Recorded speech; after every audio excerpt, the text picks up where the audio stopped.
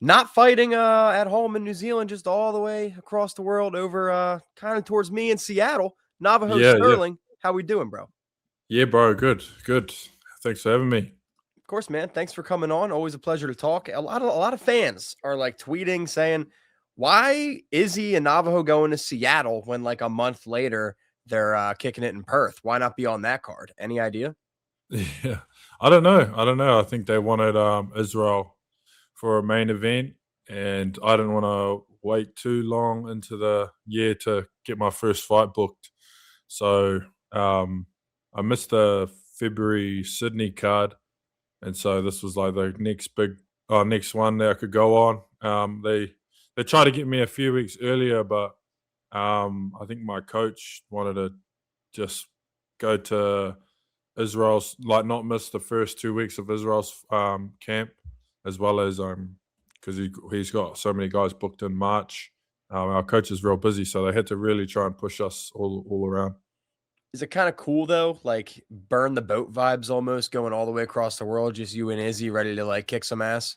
Yeah, yeah. I enjoy traveling the world, like, and going to places I've never been to. So, like, I mean, I've been to Aussie plenty of times. So, um, yeah, I actually prefer, like, going on a travel, and who better than Israel to go over? I mean, he was the first person that took me overseas, like leaving New Zealand. So it's kind of cool to tick that bucket list off for me to fight on a Israel Adesanya card while he's still around. Yeah, man. Crazy for me. I've been following his career since before he was in the UFC. So to now be good buddies with him and to fight alongside him, it's a mad. And I think it was UFC or UFC Australia or someone posted a video of you guys actually rolling and training the other day. I think you hit him with the Darce. Am I correct? Is that what that Yeah, was? oh yeah, that was at our gym. That was at our gym. I think one of the UFC ANZ Yeah. Well, I mean, ladies how come to New how's Zealand. camp been with Izzy? Because I know you guys train together all the time, but this time, on the same card, like I said, burn the boat Yeah. vibes. Like, has it been different? Yeah, yeah, they've like, our coaches really, like, matched us up, partnered us up together for a lot of the training, and a lot of the now I've moved in to do most of my S&C work alongside him and the coach Bill Smart, who runs, like, in tandem with Eugene, our head coach. So it's kind of cool because they oversee everything. I used to go and do my S&C elsewhere, so to now all be under the one roof. I think I've noticed a big change in my training, especially, and now I can everything is being worked together. And Izzy's taking on Joe Pyfer. Pyfer's a Philly guy. I'm a Philly guy. I was actually in Pyfer's gym last Yeah, weekend. I've been watching him prep for it. So I'm super excited for this fight, man. The buzz around the yeah, city is cool too. So, what are your thoughts on that fight? And I assume, biasly, you're going to pick Izzy, but just yeah, how do you feel about the fight? yeah, man. Joe Pyfer's dangerous. I think the first time I seen Pyfer, Um, I think he fought on the Miami card, the one that Israel fought Pereira, I think. Yeah. Who did Pyfer fight Because I remember there? I just got to the arena and I just seen him, like, shaking everyone's hand after he just doused someone with his right hand. So Yeah. yeah, man, he's got power in his hands. He's got that big right straight. He's knocked a lot of guys out. So yeah, he's definitely dangerous, and someone that Israel can't overlook. So yeah, I'm excited to see him go. Israel's got a lot of experience, man. He's been going for a long time. He's fought a lot of big power punches. Obviously, the big showdowns he had with Pereira, and yeah, it's just another one on his. If he can get this feather in his cap, it'll be huge. Great main event, great card. Super excited for this one. And you're taking on someone with some power of their own, Bruno Yeah, Lopes. yeah, What are your yeah. thoughts on your opponent in this fight? Yeah, man. I think he's had, like, a obviously rocky start, but um, he's very experienced. I've seen some footage of him, and he was quite big prospect in the Brazilian scene. And yeah, I feel like he's trying to get his sort of show going. Who better than to try and beat, like, a big prospect for him? I seen he beat, like, an undefeated Russian guy. Took him down, and that guy's a striker too. So I'm assuming he's going to have the same game plan that he fought fought for that guy. So yeah, I'm very prepared and wherever the fight goes. And yeah, I really want to just take the lead in this one and look to shut it out early. I'm not going to ask for, a prediction per se, but I mean, I guess I am. I'm just wording it differently. Is Yeah. this the fight you find your first UFC finish? You Yeah. see that avenue there? Yeah, definitely. I think I've kind of strayed away from the way I originally fight and most of my fights, and but I've missed out on a lot of my kickboxing that I usually do, and yeah, I just need to break the guy down and add keep hitting him with the shots that are open and not forcing shots that aren't there, and that's how I've got a lot of finishes in my career, was just to breaking the guys down and then pouring it on in the later rounds, which I haven't been able to do. And so I've been really trying to peel back the layers of my training and focus on like making sure that I'm strong in the later rounds if I need to go there. And yeah, just like really take my time and be patient with it and let the shot flow. And I've been seeing it in my head in the training room and visualizing it. And I think that's going to be the difference this time around. Doesn't have to be smack talk, but assuming Bruno watches or sees a clip online or something, any message to the man ahead of the fight? Oh man, be ready. I'm going to be full coming in guns blazing. I've put a lot of time into this, and I'm sure he has as well. And yeah, may the best man win.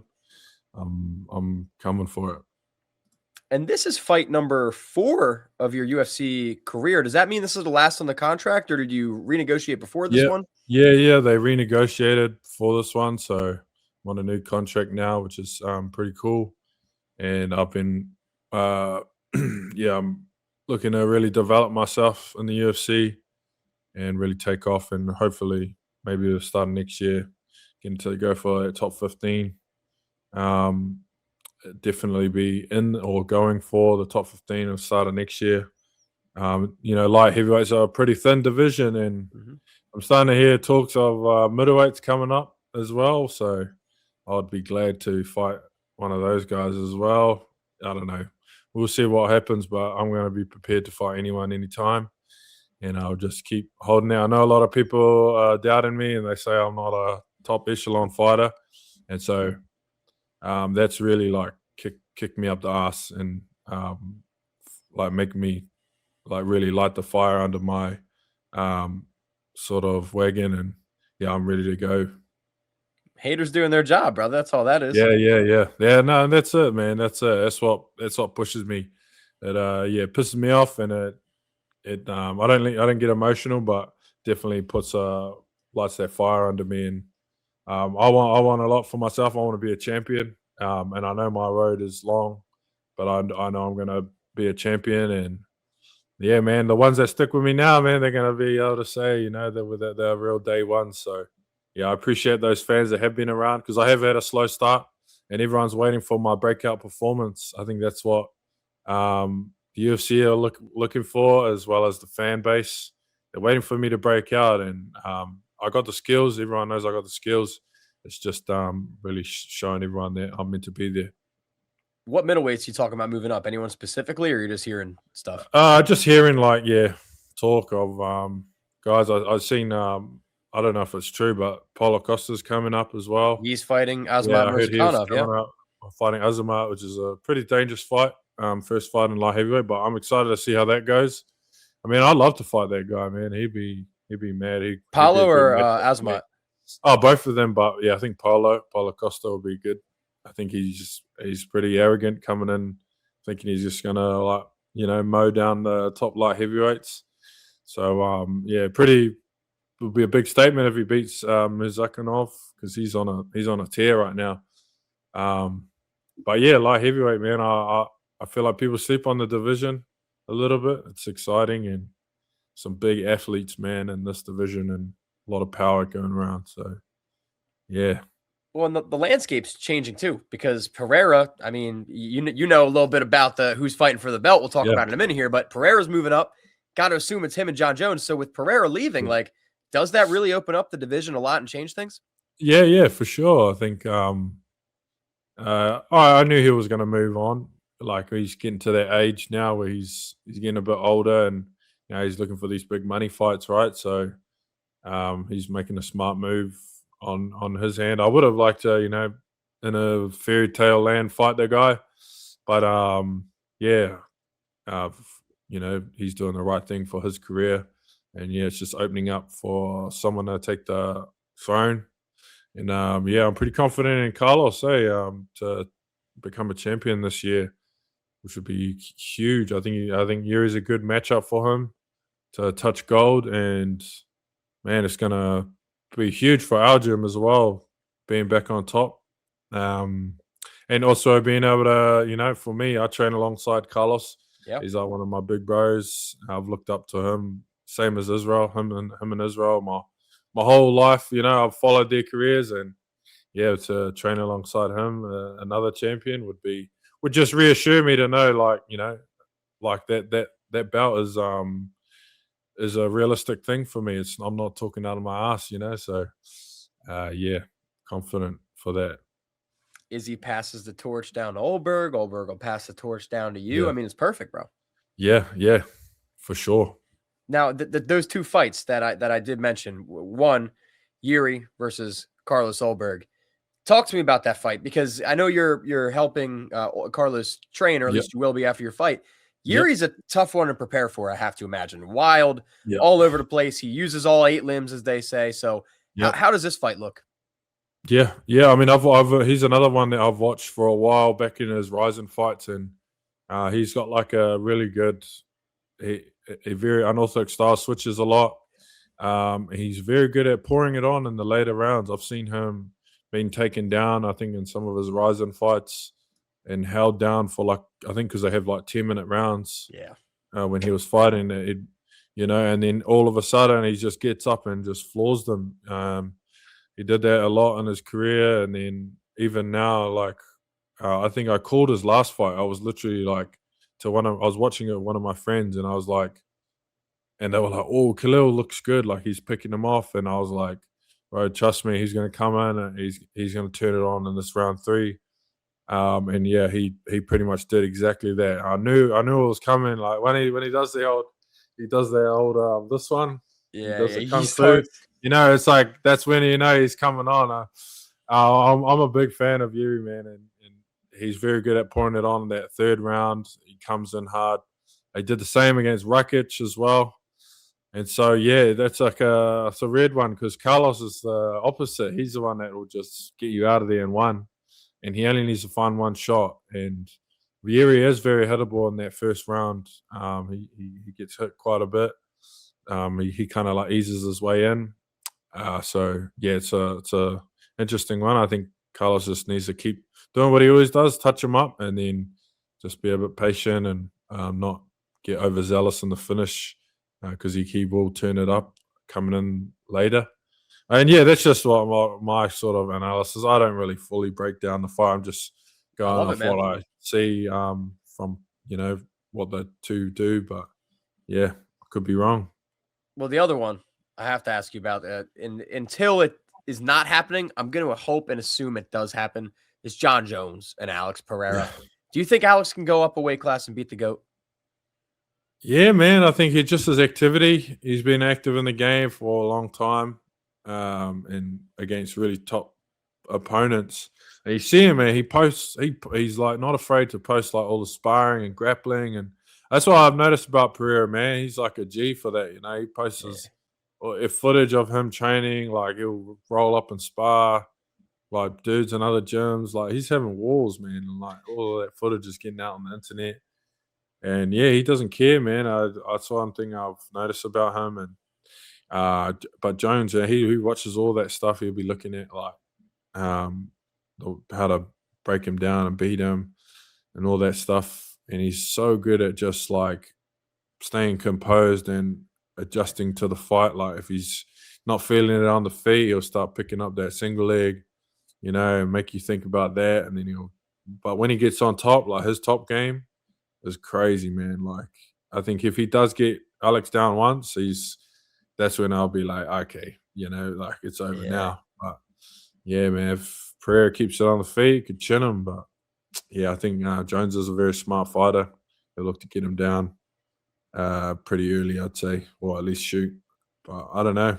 That's a fight for the ages, man. Just hope it See what happens, man. happens. Yeah, man. I'll be excited. Just as a fan, I'll just be Exactly. like, shit. I like both of them, man. I like Pereira and I like John Jones. So just be excited in the matchup. Last thing I want to ask you about is we talked about you getting a new contract earlier. I was surprised to see, not because of his legacy and who he is, but just because of where he's at, Volkanovski gets a new UFC contract. The reason I say I'm surprised is because, like, as a fan, bro, what else do you have to do? You're my featherweight goat. You don't need to do anything else for me. So what else can Volk do for his legacy? Does that make sense? Yeah, man. I don't know. Maybe defend the throne, like keep up with the title defenses. I actually don't know what he's trying to do, but man, last time I seen him was training with the guy. He's got the passion, he's got the fire in his eyes still, and man, he just loves it. He loves it. Like he can talk MMA all day long, techniques, all the training he does. I've seen him train. He goes hard, bro. Like, so yeah, I think it's just the love of the game. Like he really loves the sport, and yeah, I'm excited to see how far he can go because there's still some good guys in featherweight, and if he can take them out, man, you know what? He just really solidify himself as one of the best fighters ever. So, yeah, I'm excited to see where he goes. I think he can keep going. Now, have you had his barbecue before? No, I haven't. I've heard some of the boys are saying he's even cooking barbecue for the lads on his own fight week. That's what I heard. I was like, man, I wouldn't be cooking for you gotta none of cook the for me. boys. I'd be like, yeah, fuck, I'm not cooking for you, but. Yeah, I don't know. I think he just loves the cooking, and man, he's killing it outside the cage as well as inside. And yeah, I think if anyone's trying to model their career around someone, man, definitely him. And just his YouTube channel is sick too, bro. Like seeing the way he is and how he carries himself, and just all the things he's interested in. I'm already like trying to do the same as him, and like figure out what I enjoy outside the cage too. And yeah, it's cool. What do you enjoy outside the cage? How do you spend your free time, or how do you want to spend your free time if you have it? Yeah, I mean, most of the time I'm hanging out with my friends. I really want to get in, like travel a lot more to just countries, man, just places I've never been to. Just open up my eyes because I went to Thailand for the first time, which is kind of crazy for a martial artist to go so late. But man, I was just loving it. Loved it over there. Just made me want to like travel to more places that I've never been to, and yeah. Also, I play a lot of games. I stream a lot. As you can tell from my setup, I stream and stuff too, and I really enjoy that. I'm still like a low key streamer. I'm not like a full on streamer that like a lot of people know, but it's like a way for me to tap in with the fans, and people like really appreciate it. Like the live streams I give and just chatting to people, and yeah, everyone realizes like how chill I am of a person outside the UFC Octagon. And yeah, I'm pretty chill. That's all I'd be doing there and eating food, and yeah, so I'm trying to figure out like how I can market that a bit better and really put my personality to the people, and yeah, just show everyone who I am. Big ass knockout or submission, or at least hell of a performance. That'll help March 28th, my man. Yeah, for sure. Well, Navajo, I appreciate the time as always, bro. Before I get you out of here, anything for all your fans? Nah, man, stay tuned for March 28th. I'm coming for that first finish. Pretty confident, and yeah, man, stick around because I'm going to the top. The Kiwis are coming all the way out. I don't know if that's west or east for you, but from my mind, it's all the way out west to Seattle. Can't wait, Navajo. Navajo Stirling, March 28th, UFC Seattle. Thank you so much, man. Thanks, brother. All right. Appreciate it.